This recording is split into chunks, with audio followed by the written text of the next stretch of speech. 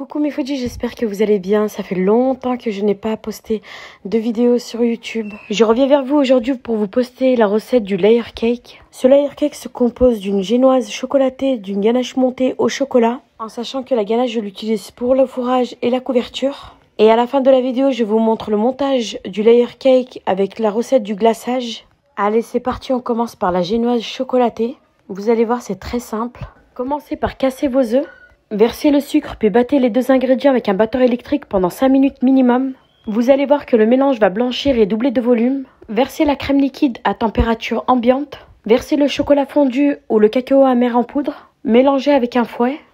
Versez la farine, puis ajoutez la levure chimique. Et enfin, mélangez délicatement avec un fouet. Mélangez de haut en bas pour que tout s'incorpore. Pour le moule, j'ai utilisé un moule de 18 cm de diamètre et 10 cm de hauteur. Et un conseil qui est très important, mettez du papier cuisson au fond du moule et autour. Versez la pâte dans le moule. Il est préférable de préparer la génoise la veille. Vous pouvez retrouver la liste des ingrédients dans la barre de description.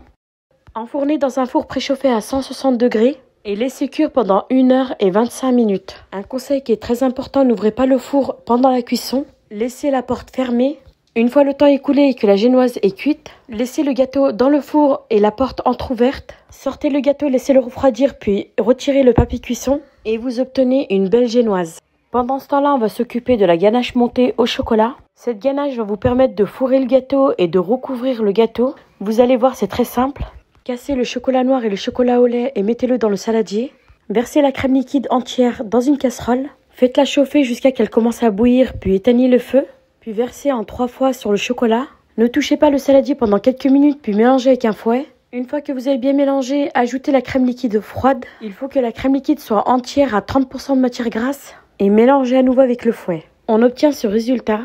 Mettez le saladier et le fouet au congélateur pendant 1h20. Une fois le temps écoulé, ajoutez le mascarpone puis montez la ganache jusqu'à qu'elle devienne ferme. Si vous la battez trop, elle risque de trancher et c'est irrécupérable. N'hésitez pas à arrêter le robot tous les 10 secondes pour vérifier si la ganache est prête. Et pour savoir si vous avez réussi à monter la ganache, il faut qu'elle ait la forme d'un bec sur le fouet.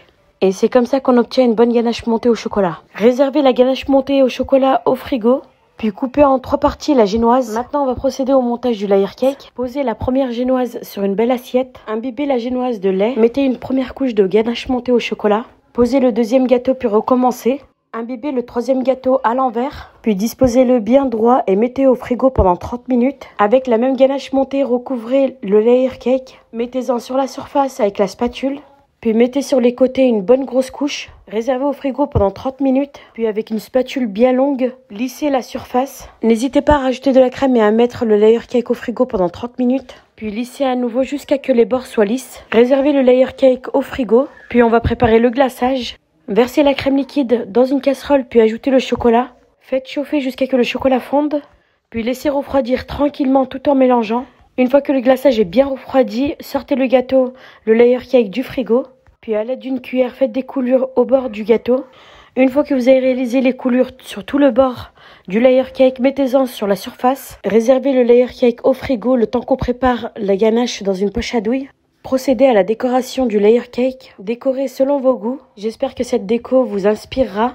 On arrive à la fin de cette vidéo. J'espère que cette recette vous a plu. Moi, je vous dis à bientôt pour une nouvelle vidéo.